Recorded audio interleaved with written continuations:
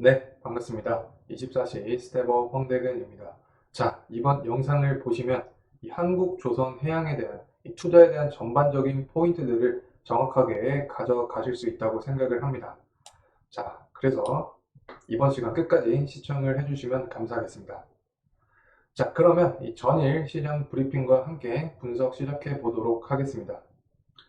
자, 이 전일 중요한 이벤트가 하나 있었죠. 자, 바로 CPI였죠. 자, 미국의 이 소비자 물가 지수인 이 CPI 수치가 자, 시장 예상치보다 더 높게 나왔습니다.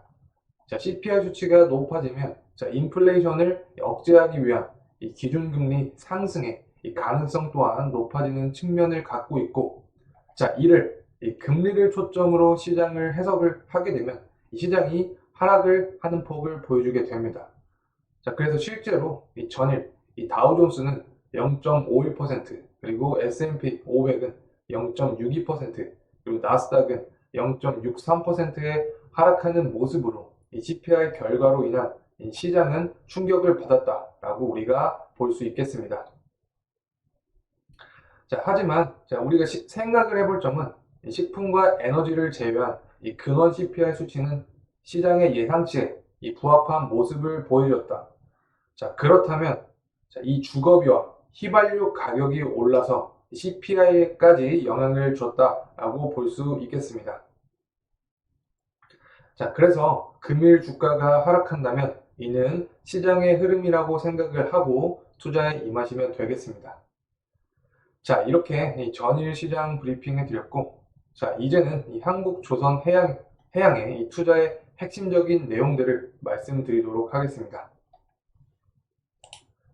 자, 우선 이 한국조선해양에 대해서 간단하게 말씀을 드리면, 자, 현대그룹의 중간 지주회사로 자, 세계 최고 수준의 R&D와 그리고 엔지니어링 기술력을 보유하고 있고, 자, 세계 대형 엔진 시장의 약 36%와 이 중형 엔진 시장의 약 28%를 점유하고 있는 세계 최대의 엔진 제작사입니다.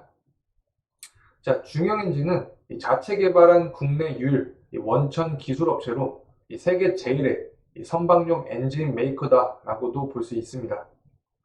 자, 그래서 이 투자 포인트에 대해서 말씀을 드릴 텐데, 자, 첫 번째는 자, 신조선가지수와의 상관관계입니다. 자, 제가 한국조선해양 차트와 신조선가지수를 비교를 해서 보여드리도록 하겠습니다.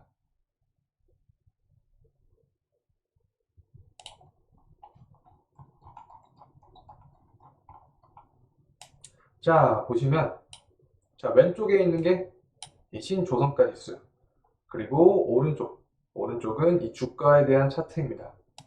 자, 2004년부터 2008년까지 이 조선업의 호황시기에 신조선가 지수가 굉장히 상승한 모습을 확인할 수 있습니다. 자, 이때 당시 이 한국조선해양의 차트 역시 이 주가가 계속해서 상승한 모습을 확인할 수 있는데, 자, 우리가 이 100%는 없지만 이 조선업에서는 이 신조선가 지수가 이 다른 지표보다 더 신뢰를 할 수 있다라는 점을 알 수 있습니다. 자, 그렇다면 이 현재 신조선가 지수를 살펴보면, 자, 이를 통해 알 수 있는 건 현재 신조선가 지수가 계속해서 상승하고 있다. 자, 그래서 이 전년 동기 대비해서 이 13.26포인트 상승한 현재는 이 175.38을 기록하고 있습니다. 자, 그래서 이 신조선가 지수에 대한 상승 추세 역시 계속해서 이어져 나갈 것이다. 자, 다음 포인트는 바로 수주 목표액의 초과 달성입니다. 자, 한국조선해양은 이 3년 연속 연간 수주 목표를 조기 달성하였습니다. 특히 이 새로운 시장 파인 이 친환경 선박 기술을 비롯하여 이 자유운항 기술부터 이 첨단 방산 기술까지 자, 기술 초격차를 통한 이 경쟁 우위를 쌓아가고 있는 가운데, 자, 카타르 2차 발주문까지 남아있어 이 초과 실적 달성을 기대하고 있는 상황입니다. 자, 그리고 이 싱가포르에서 열린 이 가스텍 2023에서 이 암모니아 운반선 4척에 대한 이 건조 계약을 체결하였고, 자, 이로 인해서 이 연간 수주 목표액의 101.3%를 달성하게 되었습니다. 자, 또한 이 글로벌 메탄올 추진선 발주 물량 중 이 가장 많은 이 43척을 수주한 점 역시 한국조선해양의 이 친환경 기술력을 뒷받침해주는 근거라고 생각을 합니다. 자, 여기에 더해 이 하반기 이 카타르 LNG 2차 물량을 통해 수주량이 이 정점을 찍을 것이라는 예상을 받고 있습니다. 자, 이렇게 되면 실적에도 당연히 좋은 영향을 주게 되어 있는데, 자, 올 3분기 실적도 큰 폭으로 상승할 예정이라고 보고 있습니다. 자, 올 3분기 실적은 매출 5조 4,500억 원, 영업이익 2,841억 원을 기록할 것으로 보이고, 자, 매출과 영업이익 모두 전년 동기 대비 27.8% 그리고 50.5% 늘어날 것으로 추정이 됩니다. 자, 우리가 주목해야 할 또 다른 기술은 이 LCO2입니다.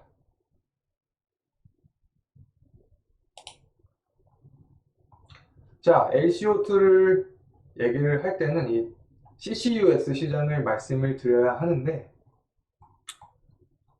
자, 이 CCUS는 이 탄소 포집 및 활용 저장이라고도 불리며, 자, 이산화탄소 운반이 이 중요한 기술로 주목을 받고 있는 이 상황에서 향후 이 미래 수요에 대응해 이 시장을 선점하려고 하는 이 전략을 갖고 있습니다. 자, 여기 보시는 것처럼 이 CCS 시장은 2030년에, CCUS 시장은 2030년에 70억 달러의 시장 규모를 갖게 됩니다. 자, 그만큼 시장의 파이가 커지고 있다라고 볼 수 있겠죠. 자, 그래서 실제로 한국조선해양은 국내 조선사 중에서 유일하게 이 LCO2 선에 대한 수주에 성공을 하였고, 자, 이제는 이 CCUS와 이 LCO2에 대해서 간단하게 설명을 드리자면, 자, CCUS는 방금 제가 설명을 해드린 대로 이 탄소 포집 활용 저장 기술로 이산화탄소를 포집하여, 자, 이를 저장하고 기술과 더불어서 이 부가가치가 높은 물질로 이 전환하는 이 친환경 기술을 의미를 합니다. 자, LCO2 역시 마찬가지로 친환경 기술인데, 자, LCO2는 LNG나 암모니아보다 이 운반이 까다로운 특징을 갖고 있습니다. 자, 그래서 LCO2는 운반이 까다롭다. 자, 그 이유는 LNG와 암모니아는 이 저온의 조건만 맞추면 되지만, 자, 이산화탄소는 저온뿐만 아니라 일정한 압력까지 유지를 해야 되기 때문에, 자, 그렇게 해야 이 온전한 액체 상태로 운반이 될 수 있습니다. 자, 그래서 LCO2는 이 LNG나 암모니아보다 운반이 까다로운 특징을 갖고 있다 라는 점 말씀을 드리겠습니다. 자, 그리고 이 한국조선해양은 이 가스텍에서 이 LCO2 운반선에 대해서 이 미국 성급협회, 그리고 로이더 성급, 라이베리아 기국으로부터 이 기본 인증인 AIP를 받는 등 이 분야에서 핵심 기술 개발에 매진을 하고 있는 상황입니다. 자, 아까 제가 카타르 얘기에 대해서 말씀을 드렸는데, 그 카타르 2차 프로젝트의 특징에 대해서 간단하게 설명을 드리면, 자, 카타르 2차 프로젝트의 특징은, 자, 1차의 65척보다는 규모가 적어진 이 40척에 대한 발주입니다. 자, 하지만 이 선박 가격의 측면에서 1차 가격보다 더 비싸진 가격으로 약 3,568억, 자, 2,250만 원까지 올라 이 사업적 측면에서는 더 좋을 것이라는 분석 역시 이 시장에서 받고 있는 상황입니다. 자, 그래서 이 카타르 2차 프로젝트는 이 발주는 적어졌지만 금액 측면에서 더 높아졌기 때문에 이 사업성 측면에서 도움이 될 것이다 라는 분석을 받고 있다.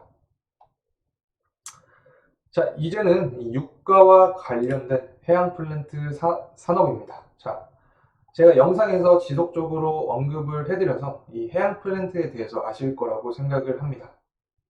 자, 해양 플랜트를 살펴보려면 이 국제 유가에 대해서 알아야 하는데,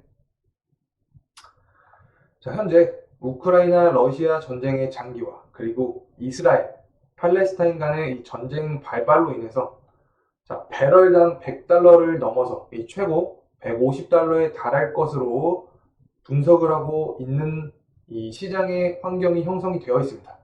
자, 그래서 이 해양 플랜트 사업에 투자가 확대될 것이라고 시장에서 전망을 하고 있죠. 자, 그래서 다시 말씀을 드리면 우크라이나 러시아 전쟁의 장기화 그리고 이스라엘 팔레스타인 간의 전쟁 발발로 최고 이 배럴당 150달러에 달할 것이라는 분석이 존재하고 있다. 자, 근데 이 해양 플랜트 사업이 왜 확대가 될 것이냐에 대해 봤을 때는 자, 해양 플랜트 사업은 유가와 동행하는 경향이 있기 때문에 그렇습니다.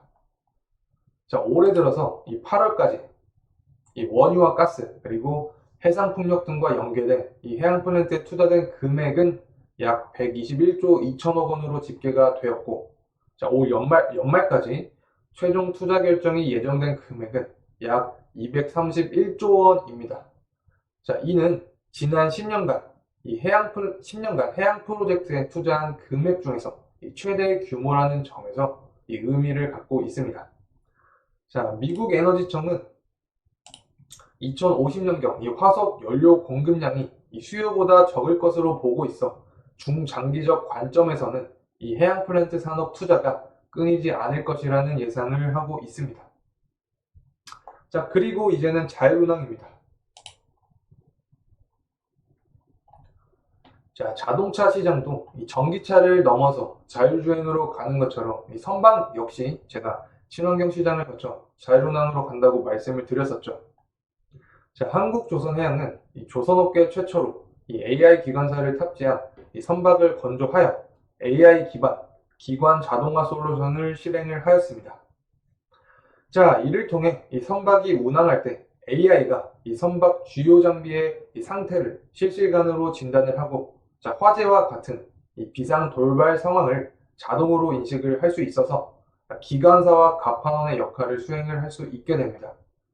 자, 이렇게 되면 이 안전사고의 이 측면과 함께 이 업무의 효율성 측면에서도 더욱 높아지게 되는 특징을 갖고 있습니다.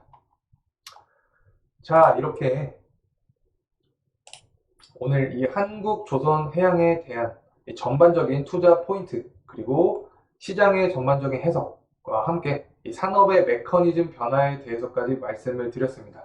자, 오늘 영상 투자에 참고하시면 감사하겠습니다.